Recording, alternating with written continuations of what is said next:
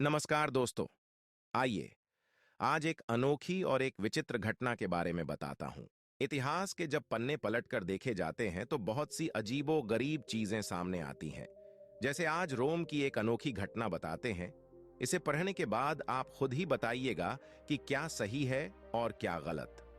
पुरातन रोम में एक व्यक्ति साइमन, जो कि एक बुजुर्ग था, राजा के द्वारा आजीवन भूखे रहने की सजा सुनाई गई थी।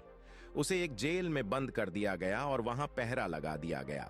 राजा ने यह हुक्म दिया कि जब तक वह शख्स मर नहीं जाता तब तक कोई भी ना उसे कुछ खाने के लिए दे और ना ही कुछ पीने के लिए। राजा के इस हुक्म का भी वहां के सैनिक बहुत पालन करते। बुजुर्ग साइमन की एक बेटी पेरू थी। उसने राजा के सामने एक फरियाद पेश की कि उसके पिता बुजुर्ग है और अधिक दिनों तक जीवित नहीं रह पाएंगे, इसलिए वह उसे अनुमति दे कि वह उनसे रोज मिल पाए। राजा ने कहा कि उसे इससे कोई आपत्ति नहीं है और उसे रोज मिलने की इजाजत दे दी। वह रोज उसके पिता से मिलने जाने लगी। सैनिक उसकी तलाशी लेते और उसके पिता से मिलने देते। बहुत दिनों तक यह सिलसिला चलता रहा। जेलर ने कुछ दिनों बाद यह सोचा कि अब तो बुजुर्ग व्यक्ति बहुत कमजोर हो चुका होगा या मरने की कगार पर ही होगा। लेकिन उसने जब उसे देखने के लिए जेल का दरवाजा खोला तो देखा कि 3 हफ्तों के बाद भी वह ठीक था। उसके मन में यह शक पैदा हो गया कि जरूर उसकी बेटी कुछ ना कुछ छुपा कर लाती है और अपने पिता को खिलाती है।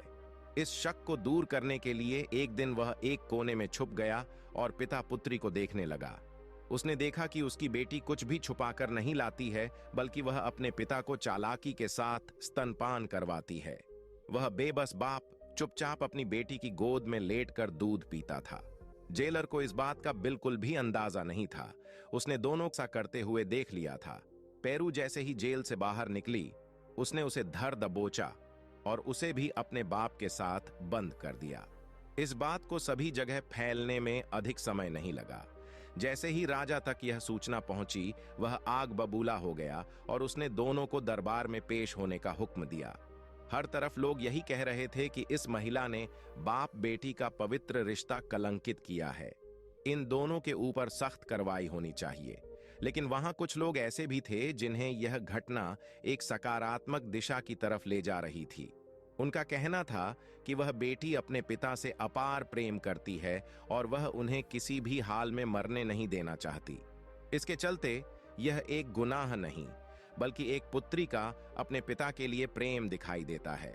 धीरे धीरे लोगों ने भी इस पहलू पर ध्यान दिया और अपने विचारों को सकारात्मक किया। इसके बाद राजा ने न केवल पेरू को रिहा कर दिया, बल्कि साथ ही उसके पिता को भी दंड मुक्त कर दिया। यह एक घटना थी, लेकिन इस घटना से भी हमें कुछ सीखने को मिलता है। यकीन मानिए, यदि किसी काम को सही भावना के साथ किया जाए तो चाहे वह काम समाज की नजरों में सही ना हो, लेकिन महान जरूर कहा जा सकता है। यह घटना भी कुछ ऐसा ही दर्शाती है। अगर कहानी अच्छी लगी हो तो चैनल को लाइक और सब्सक्राइब जरूर करें। फिर मिलते हैं दोस्तों ऐसी ही कहानियां लेकर, तब तक अलविदा।